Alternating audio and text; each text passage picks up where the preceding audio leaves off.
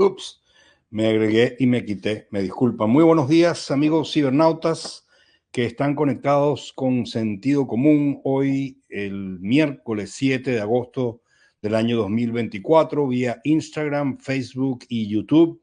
Muchas gracias por acompañarme hoy y muchas gracias a nuestro invitado de hoy. El programa sigue siendo dedicado a la crisis en Venezuela y seguirá haciéndolo hasta que tengamos un poco más de claridad en cuanto a qué se puede esperar. Lo voy a incorporar al escenario de una vez. Nuestro, te voy a decir amigo, Felipe, aunque te estoy conociendo. Muchas gracias, Felipe Elías. Felipe Elías, él está conversando con nosotros. Es un hombre bien ocupado, ya van a entender por qué. Está conversando con nosotros en este momento, según entiendo, está en Canadá. Pero Felipe es venezolano, es ingeniero electrónico, tiene un posgrado en criptografía, una maestría en administración de empresas con énfasis en finanzas y otra maestría en gestión de riesgo. Todo eso lo llevó a alcanzar la posición de vicepresidente de una firma internacional de análisis y mitigación de riesgo, conocida como Enodo Global. En otras palabras, yo creo estar hablando con una de estas personas que son genios, con todo respeto, Elías, que Felipe, perdón, pero por eso que tiene menos pelo, porque me imagino que las neuronas lo llevan a un nivel al que espero poder alcanzar cuando estemos conversando acá. Y doy toda esa introducción tan larga, no es para hacerle la barba, como dicen los americanos, sino esas son las credenciales por las cuales nosotros vamos a conversar con Felipe de estrategia. Me explico. La situación que hay en Venezuela, el macro lo conocemos todos ya. Hubo unas elecciones, a pesar de todos los obstáculos, la oposición ganó cómodamente, pero el régimen se rehúsa a aceptar esa derrota y está utilizando mecanismos por ahora represivos hasta el extremo, y eso no es nuevo, pero digamos que se quitó la máscara en términos de la intensidad de su represión, y la oposición está sacando sus cartas poco a poco. Ahora, esa es mi lectura. Yo no soy experto en riesgo. El experto en riesgo es Felipe y es la razón por la cual estamos hablando con él. Un segundito, Felipe, antes de darte la palabra, y nuevamente muchas gracias por dedicarme el tiempo. Voy a leer un parrafito de lo que significa riesgo social, que es una de las principales actividades a las cuales se dedica la empresa para la cual, de la cual Felipe forma parte como vicepresidente. El cálculo del riesgo social lo definen como la combinación de movimientos sociales que van en evolución, pandemias, el cambio climático, los litigios, los boicots, las protestas repentinas, las indiscreciones de los líderes en las corporaciones, las compras hostiles en la bolsa y mercadeo pobre y comunicaciones y campañas de comunicación. En este momento son todas esas cosas que mencioné, son parte de la definición que utiliza esta empresa para indicar que el riesgo social en términos de se interrumpe la normalidad de la sociedad en el mundo entero. Quiero aclarar que Felipe, y corrígeme, pero Felipe no está hablando en nombre de la empresa, está hablando a título personal como venezolano. Yo estoy hablando de la empresa porque su experiencia está asociada a esto y es lo que nos permite hablar con él. Ahora voy a la pregunta primera. Primero, buenos días, Felipe. Eh, eh, Obviamente yo traté con mis dificultades naturales, pues no soy el experto, de conectar lo que es la estrategia que yo identifico como tal del gobierno actual en Venezuela, con el, con el quiebre de la paz social que ya hay en Venezuela. Entonces, creo que son dos preguntas juntas. ¿Es correcto incluir dentro de estrategia el uso extremo de la violencia y la represión? Y segundo, podemos decir desde tu perspectiva que esa es una de las razones por las cuales la paz social en Venezuela está en peligro. Bueno, antes que nada, 1 millón de gracias, Samuel, por ofrecerme la oportunidad de compartir algunas ideas que, como dices tú, son criterio personal y son opiniones.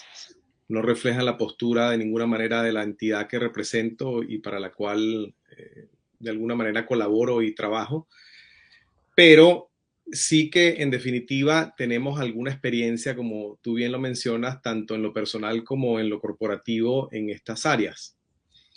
Yo creo que hablar de un quebrantamiento reciente de la paz social en Venezuela es un poco antagónico porque realmente desde que Hugo Chávez Frías tomó posesión de su cargo, que dicho sea de paso, en aquel momento fue una elección popular y algunos argumentarán que fue ilegítima o que fue fraudulenta, pero que en términos generales en aquella oportunidad se le brindó la credibilidad al proceso y la victoria posterior a Hugo Chávez Frías.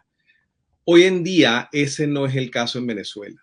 El régimen en Venezuela presenta matices indiscutibles de un régimen dictatorial que priva a los ciudadanos de libertades, inclusive la libertad de escoger a su presidente de manera absolutamente libre y de tener la expectativa de que ese presidente electo pueda asumir su cargo.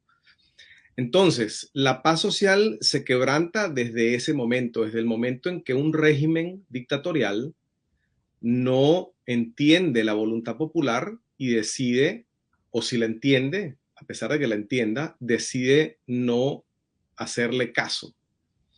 Obviamente lo que el régimen ha hecho durante muchísimos años ya, porque esto no es nuevo, es utilizar, como tú mencionas, la represión, la violencia, para forzar su posición, forzar su ideología política, forzar su continuidad en el poder, pero eso, tras que es obviamente ilegal e ilegítimo, se acaba, porque el pueblo vive una realidad de la cual no va a tener la paciencia ni la capacidad de soportarlo por una eternidad. El dicho, el refrán muy bien utilizado en estos casos es que no hay enfermedad que dure 100 años ni enfermo que la aguante. Entonces yo creo que mal hace el régimen actual en no entender eso, porque en algún momento, de alguna forma, va a terminar. Ahora, perdón una breve interrupción.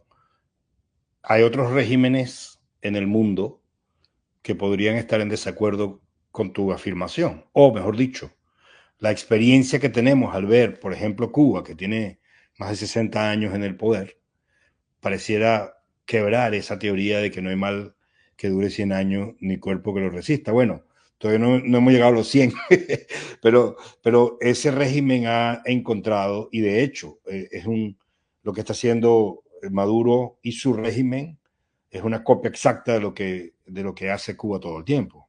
Entonces, ¿cómo se compagina esa real? O sea, ¿por qué podemos tener la expectativa de que Maduro se dé cuenta que no hay más nada que hacer cuando su tutor, su maestro, su guía es un régimen que ha logrado permanecer a pesar de todo? Mira, hay una condición humana inexorable y es el cambio. Nosotros nacemos a partir de una gestión de cambio biológico. El ser humano lo único que no hace a través de su vida en el mundo, en la Tierra, es cambiar. A pesar de eso, es una de las condiciones humanas que más nos cuesta aceptar, para bien o para mal.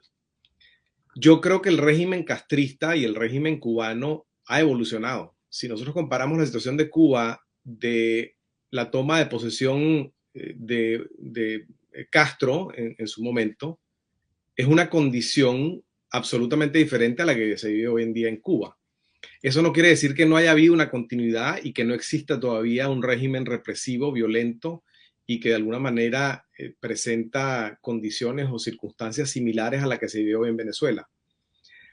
¿Qué te quiero decir con esto? Que bueno, efectivamente la continuidad se ha dado en países como Cuba, en su momento en otras latitudes y en otras geografías. Incluso uno podría argumentar en lugares tan remotos pero tan cercanos a la situación venezolana como puede ser hoy en día Rusia o China. Ese es Claro. el mismo estatus, ¿no? Pero yo creo que el caso venezolano tiene un matiz nuevamente un poquito diferente, porque las ideologías y la identidad del pueblo venezolano dista mucho de lo que es hoy en día una China o una Rusia. Y afortunadamente no hemos llegado a los extremos a los que ha tenido el pueblo chino o el pueblo ruso que soportar. Eso no dice absolutamente nada de la continuidad que se pueda estar gestionando de parte del régimen venezolano hoy en día. Al contrario, más bien lo que alarma es justamente que a lo que apunta el régimen venezolano es a eso. Pero creo que precisamente por eso Venezuela está en una ventana de oportunidad que cada vez es más chiquita para esclarecer y resolver el tema social, el tema político, el tema electoral de la manera que lo demostró en las elecciones últimas, ¿no? Ahora, esa ventana chiquita, obviamente es la que todo el mundo tiene, por la que todo el mundo tiene el corazón apretado en este momento. ¿Cuán chiquita es? O sea, ¿cuánto realmente nos queda? ¿Le queda a la oposición para lograr que Maduro acepte su derrota? ¿O necesita el gobierno para lograr aplacar completamente a la oposición? ¿Hay alguna manera de identificar eso? Mira, en mi opinión es una ventana sumamente chiquita y yo creo que el no haber reconocido eso en momentos anteriores electorales y políticos, sociopolíticos en Venezuela, es precisamente lo que ha de alguna manera perpetuado al régimen en el poder. La oposición venezolana, no es ningún misterio, ningún secreto, ha estado muy dividida. De hecho, hoy en día, en estas elecciones, yo me sorprendí mucho de ver que habían todavía más de dos candidatos. Porque sí, en una circunstancia totalmente normal electoral, por ejemplo, uno vería quizá tres, cuatro partidos, tres, cuatro candidatos representando a la población entera. En Venezuela, hoy en día, en la Venezuela de hoy, con la crisis que se vive hoy, habían más de dos candidatos por lo menos.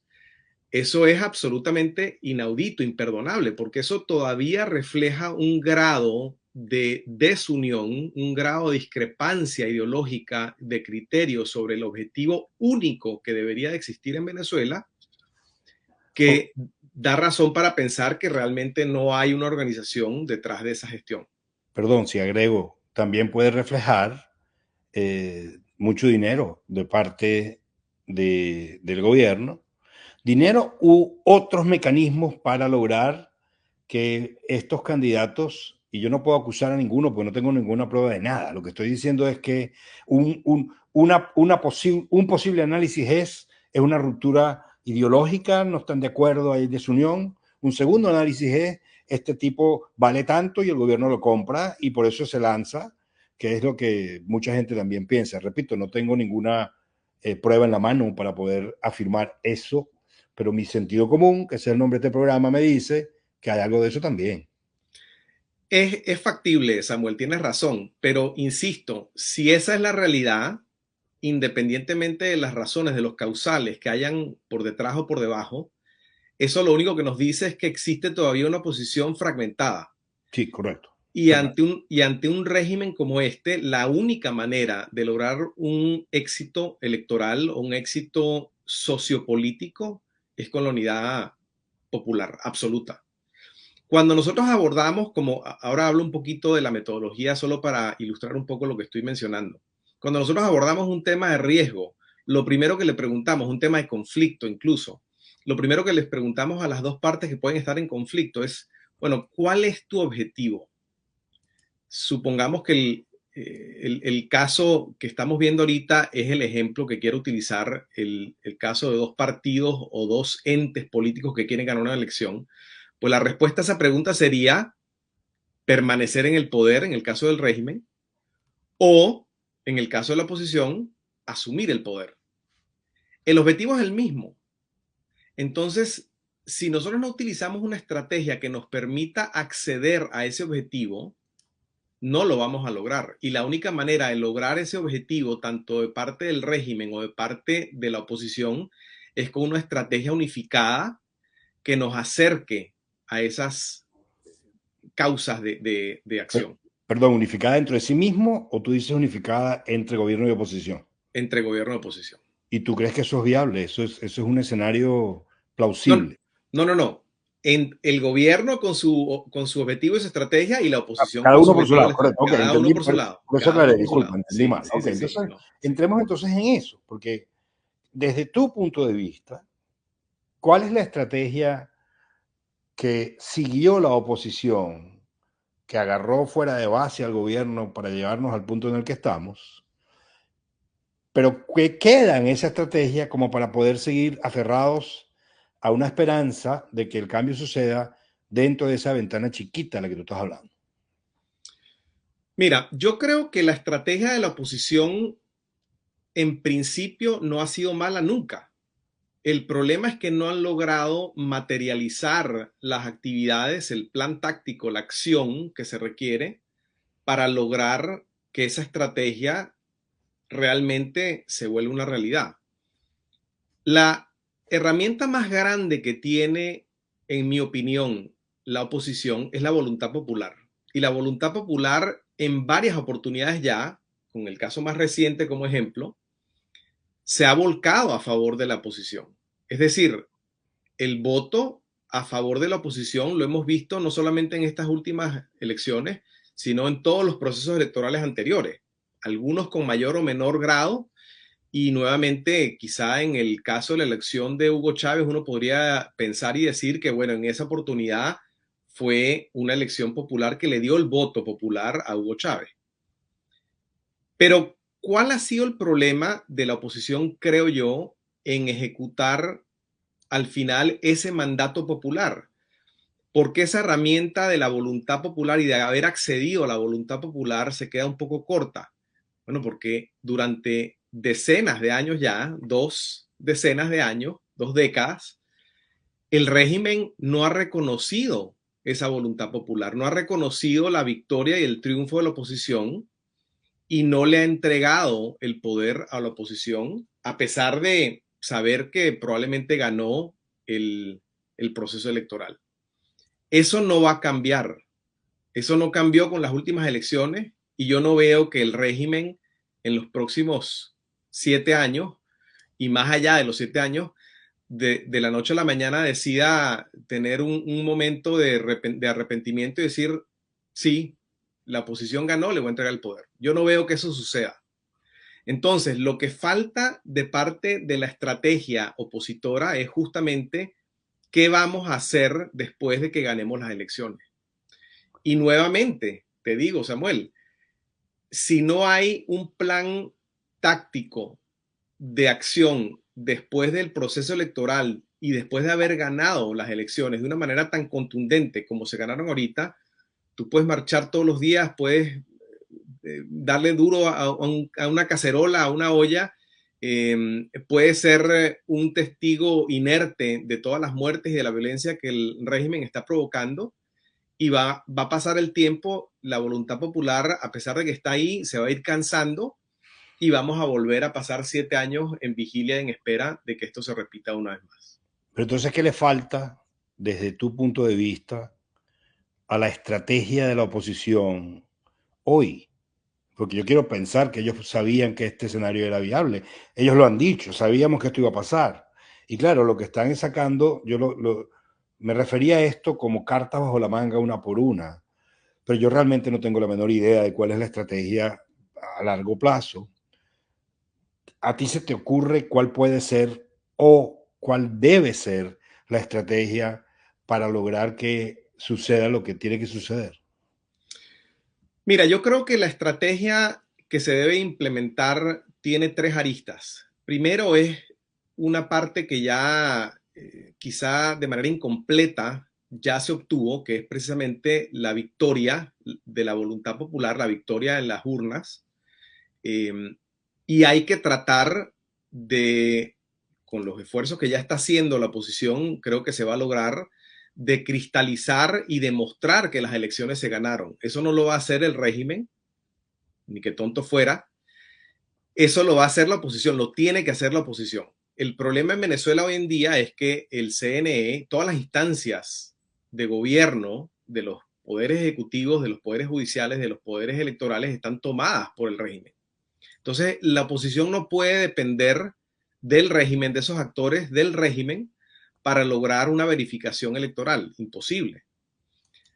Hay un conteo de votos. María Corina Machado y Edmundo González utilizaron una cantidad enorme de voluntarios en cada una de las mesas electorales, justamente para recabar esa información, documentarla. Están cruzadas con todas las actas que tienen códigos QR, tienen firmas. Esas actas hay que publicarlas, hay que sacarlas a la luz de todas maneras y de cualquier forma. Pero ya lo hicieron. Creo O sea, eso es parte de su estrategia, obviamente. Fue la es, estrategia. es parte de la estrategia y se está haciendo, exacto. Ahora, eso como parte básica del proceso, pero luego hay que capitalizar esa voluntad popular justamente movilizando a la masa popular con un criterio unificado, con un mensaje y una comunicación muy clara, muy contundente y otra vez muy unificada que no se ha hecho. Hay una comunicación escueta, hay una comunicación por sectores, hay una comunicación por bolsillitos de áreas geográficas en el país, pero no ha sido ni contundente ni avasallante como debiera ser. ¿Y cómo podrían lograr eso considerando que todo el control de los medios está en manos del gobierno? El que han cerrado cualquier cantidad de medios y los que están abiertos es como si estuvieran viviendo en la luna porque no sale nada de lo que está pasando en la calle.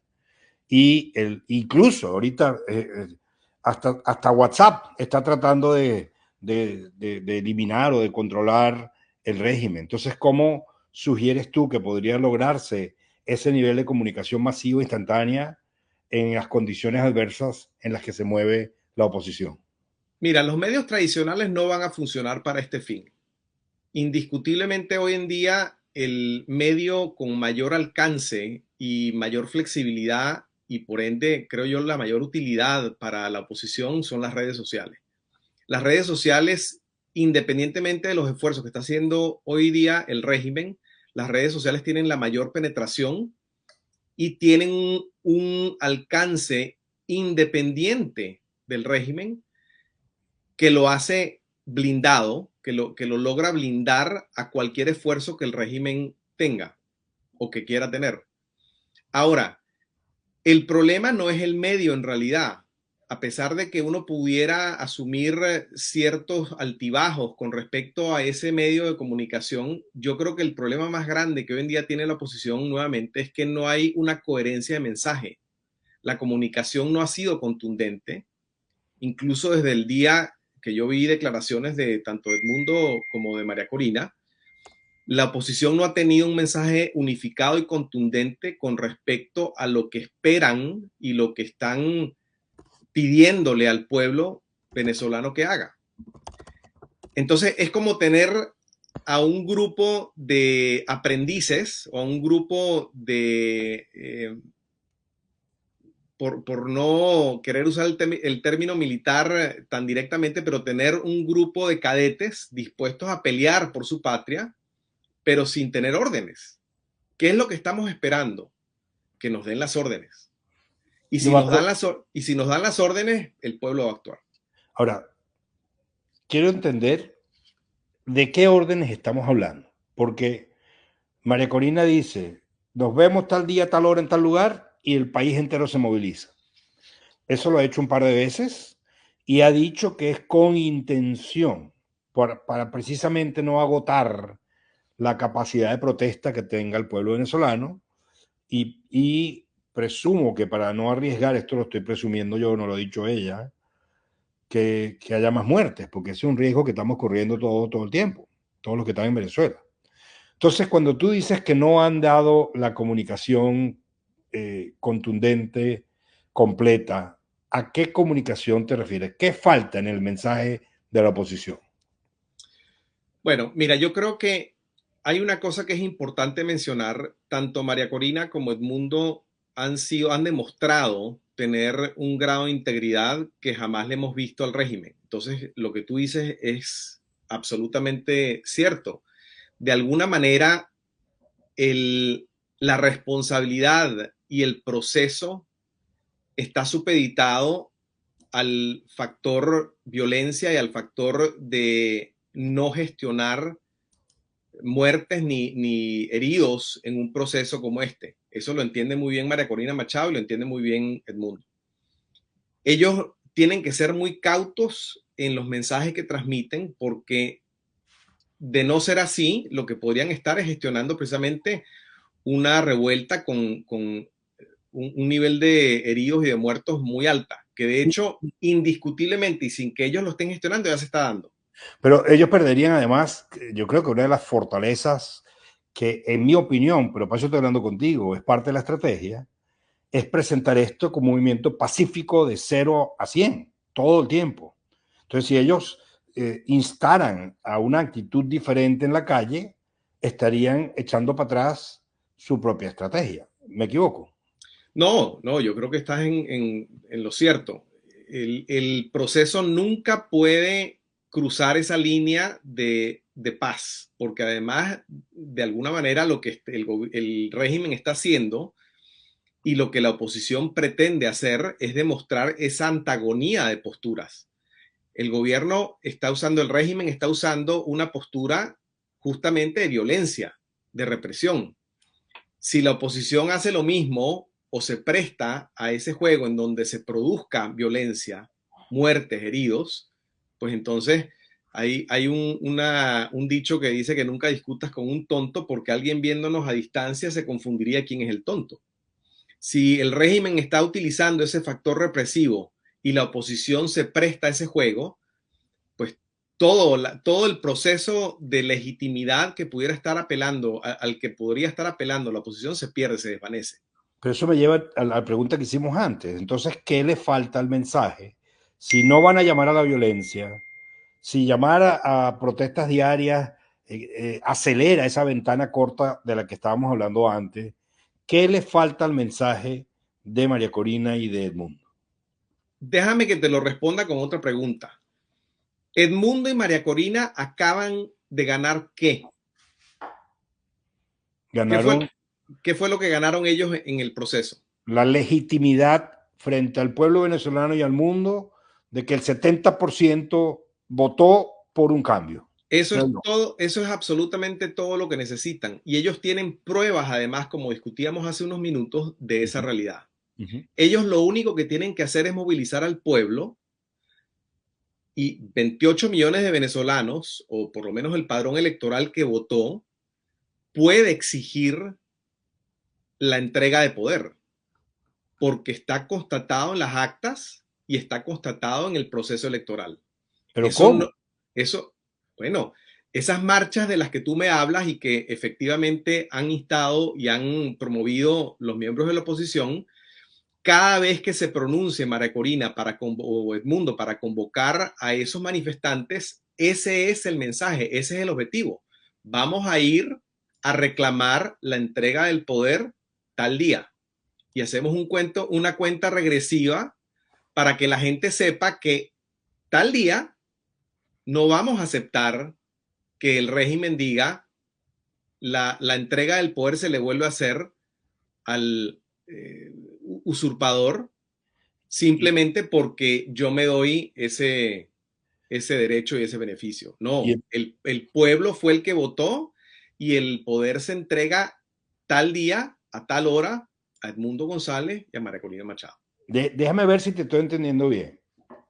Tú, en tu análisis, tú consideras que lo que puede hacer la oposición o lo que tendría sentido para la oposición hacer es convocar al pueblo venezolano a la calle con una fecha específica y no moverse de ahí hasta que cambien las cosas. ¿Te estoy entendiendo bien? Es correcto. Los tres frentes, el Frente Popular, el Frente Político y el Frente Militar, tienen que estar alineados. No existe la posibilidad de un triunfo, de una sucesión, si esos tres frentes no están alineados. María Corina ha salido varias veces a solicitarle a las fuerzas públicas y incluso a los militares que se cambien de bando, que reconozcan el triunfo popular, que se den cuenta de que hay una ilegitimidad en el régimen y que ellos están prestados a entregar el orden público y a apoyar la gestión popular. Y como tú habrás visto, en esos momentos confusos y tensos y por supuesto en algunos casos violentos incluso, han habido miembros de la policía, han habido miembros del ejército que se han entregado, que han hecho ese cambio. Incluso en la época de Guaidó también ocurrió eso. ¿Por qué? Porque la gente que forma parte de esos rangos lo entienden perfectamente bien.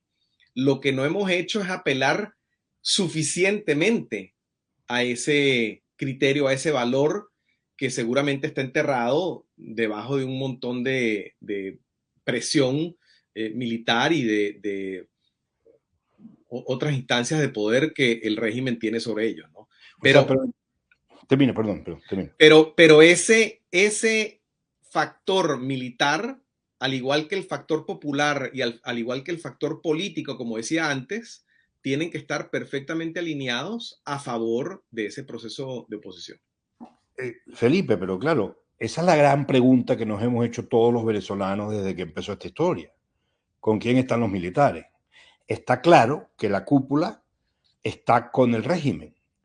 No estamos hablando de ellos. Estamos hablando de los que tradicionalmente mueven las cosas en términos de cambio de estructura de poder, son mandos medios y bajos.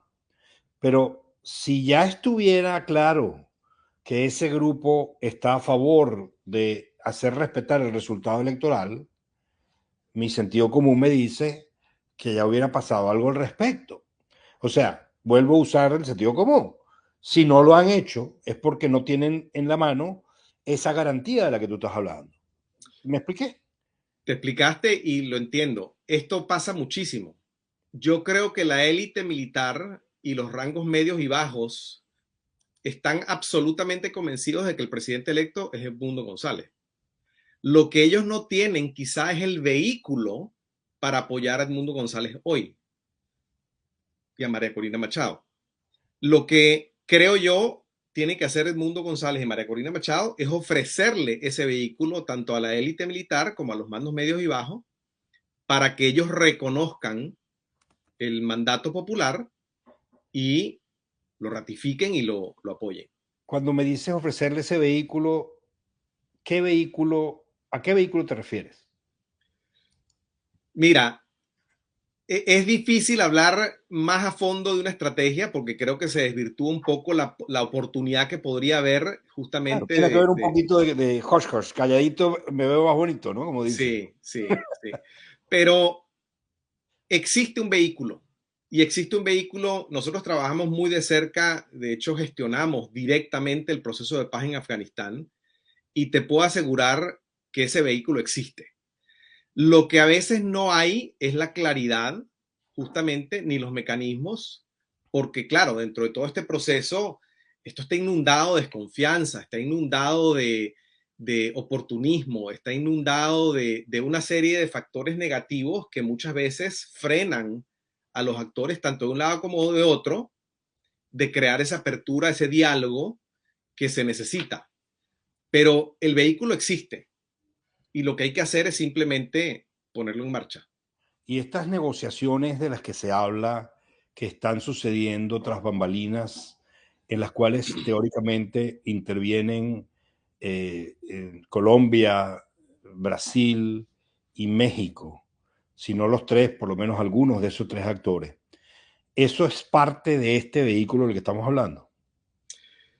Mira, yo creo que todas las instancias internacionales que puedan apoyar van a tener un efecto positivo, pero no podemos depender de ellas. Te pongo el ejemplo ahorita de la Franja de Gaza y de Israel, en donde hay un ente externo que es Qatar. El gobierno de Qatar ha estado tratando de crear una negociación y de facilitar un entendimiento y esto ha fracasado a todas luces.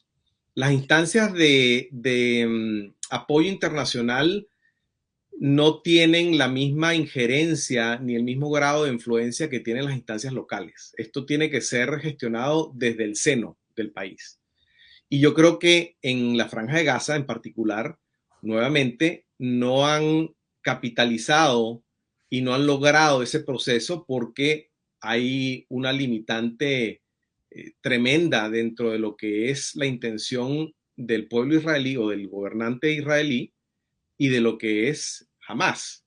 Hasta que eso no se logre, yo creo que va a ser muy difícil lograr que ese proceso dé un fruto positivo. En Lo- Venezuela estamos ante una realidad similar, pero ante los ojos del mundo infinitamente más pequeña y menos importante o menos relevante. Nosotros nos creemos muy importantes en Latinoamérica, pero la verdad es que en la huella mundial no somos tan importantes como nos creemos.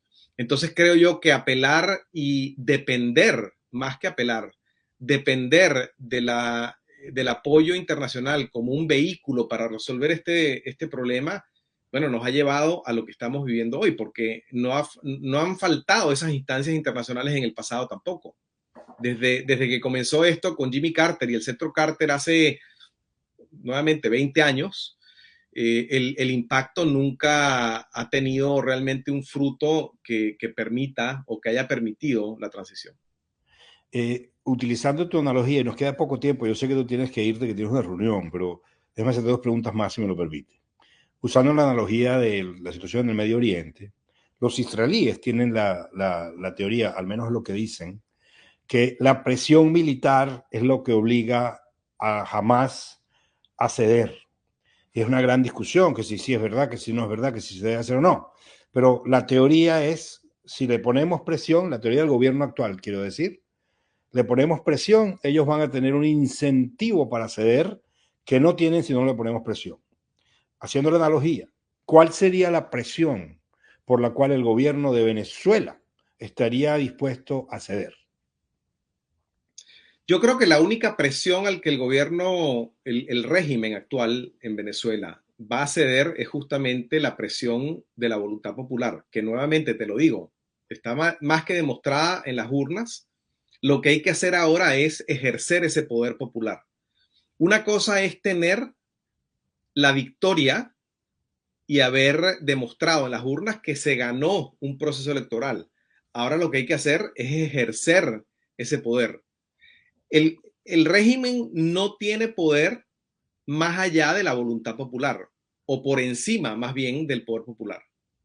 El poder popular es el poder más grande que tiene cualquier país en el mundo, no solamente en Venezuela, en cualquier parte del mundo. Lo que normalmente no entiende ese poder popular o esa población es cómo ejercerlo. Y ahí es donde creo yo tiene que Edmundo González y María Corina Machado, como líderes electos por esa voluntad popular, crear esos mecanismos para ejercer el poder popular. Ya va, pero es que hay una paradoja, Felipe, un oxímoron, como dicen en inglés. Si tú tienes al pueblo sin armas, pueden tener cualquier cantidad adicional que a un grupo militar armado, militar y paramilitar armado, que aparentemente por ahora pareciera estar dispuesto a lo que sea.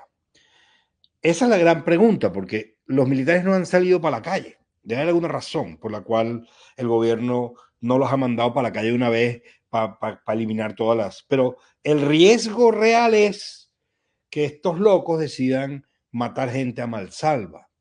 La apuesta es que llegue ese momento y los militares que tienen que disparar digan, no, yo no le voy a disparar a mi tía, a mi prima, no lo voy a hacer. Pero alguien tiene que jugarse ese llamado. Y yo, Samuel Belilti, aquí sentado en Miami, estoy cómodo, yo no le voy a decir a nadie en Venezuela, anda para allá porque es tu pellejo el que está en peligro, no el mío.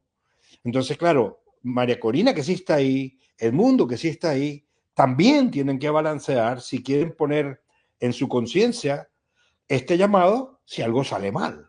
Entonces, ¿cómo se ejerce ese poder cuando este desequilibrio claro, imbatible en términos de armas contra no armas? Mira, yo he sido ponente de una tesis y lo he vuelto casi una misión de vida. Yo no creo en el poder de las armas tanto como creo en el poder de la ideología y de la palabra. Independientemente de cuál sea el arma, por cierto. Yo creo que si el régimen actual ejerce la violencia y la represión como lo ha hecho en el pasado, Bueno, pues tendrían que matar a 28 millones de venezolanos que viven en el país. Porque, como te repito, hoy en día lo que hay, lo que la oposición ostenta es esa voluntad popular, ese poder popular. En la medida en la que la oposición logre crear las bases ideológicas y logre ejercer a través de la palabra ese poder, esa fuerza popular, no hay armas que pueda contra eso, ¿Y tú crees que no lo han logrado? para nada. Wow, ¿por qué? Yo creo que, bueno, porque otra vez, creo que hay una fragmentación que se ve en el país, no solamente en las instancias políticas de la oposición, sino incluso en el desorden popular que existe. No hay una unidad de criterio, no hay un mensaje unificado, no hay una actividad consensuada con una meta, con un fin y con un driver estratégico que esté aglutinando a toda esa fuerza popular. Creo que eso es lo que falta. Estamos más cerca quizá de lo que estábamos hace 10 años o hace 15, pero todavía no hemos llegado ahí. Y creo que hasta que no logremos ese proceso va a ser trial and error, como dicen los norteamericanos. Wow, Felipe, muy interesante tu approach. Oye, podríamos seguir hablando 3 horas. Yo sé que tienes una reunión y no puedo abusar de tu tiempo porque te prometí que cortaríamos. Muy interesante tu punto de vista. A mí me encantaría, esto es una fantasía que yo voy a tirar al aire, pero sería interesantísimo que tú conversaras tú directamente con tu experiencia, con los representantes de la oposición que pueden estar viendo esto, porque ellos con los pelos de la barba agarrados y tú con tu conocimiento agarrado y tus experiencias, tu Afganistán, que no fue nada fácil, probablemente podrías aportar algo para que reconsideren lo que tengan que reconsiderar o encuentren alguna utilidad en lo que tú, en tu experiencia, o viceversa. A lo mejor te convencen de que tú eres el que estás equivocado, pero yo no sé, no, ciertamente yo no soy el indicado para eso. Mira, te voy a dejar con una reflexión y además para la gente que nos está viendo. Cuando Hugo Chávez ganó la elección, que como te repito, algunos podrán decir que también hubo indicios de fraude, yo creo que el proceso fue absolutamente diferente a lo que se vivió en estas últimas elecciones. Pero yo soy fiel creyente de que cuando Hugo Chávez ganó, ganó por dos razones fundamentales. El poder de su palabra y el poder de su ideología política. Eso fue lo que le dio el triunfo a Hugo Chávez. Eso fue lo que cambió el curso de la historia venezolana. Porque la gente estaba absolutamente harta de la acción democrática y de COPEI y de las experiencias políticas que venían de esos dos partidos. Y estuvieron dispuestos a apostarle a esa palabra y a esa ideología que un paracaidista le dio al pueblo sin ningún fundamento, sin ningún argumento real, pero que tuvo la fuerza y la contundencia en ese momento de darle el triunfo electoral. Bueno, como digo, Felipe, yo espero que tú puedas encontrar un ratito entre tu agenda apretada para volver a conversar conmigo dentro de un par de semanas, porque la ventana se sigue achicando y solo Dios sabe cómo estará Venezuela cómo estará Venezuela mañana, ni hablemos de dentro de 2 semanas. Felipe Elías, encantado de haberte conocido. Muchísimas gracias por compartir tu conocimiento y tu experiencia con nosotros a través de este programa Sentido Común.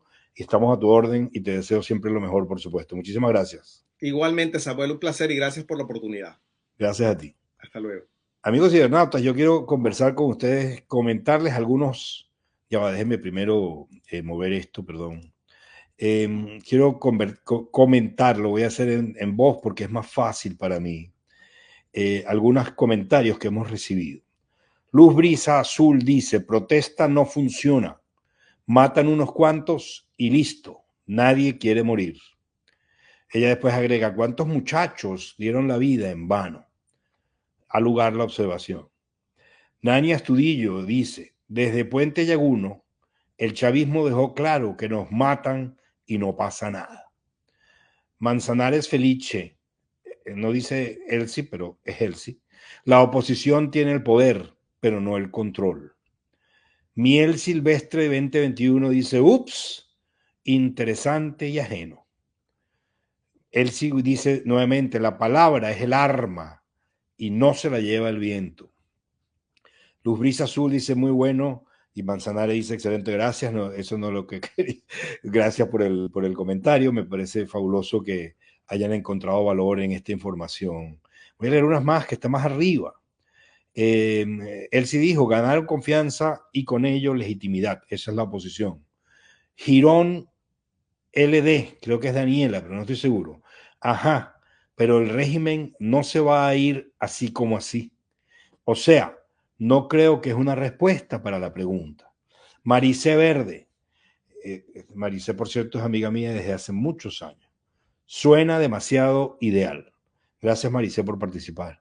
Gracias a todos realmente, no solamente a Maricé. Disculpen que nombro a alguno, pero obviamente tengo conexión directa con Maricé y con Elsie por lo menos seguro, y creo que con Daniela también, pero no estoy seguro si es ella. Anyway, Girón LD, militar, palabra clave. Girón LD, no tenemos militar. Ese es el problema. Bueno, mi gente, yo les voy a decir una cosa. Ah, perdón, antes lo puse en el banner, decía Dianora Arón. No, Dianora Arón. Cosas que no quiero oír. Yo entiendo.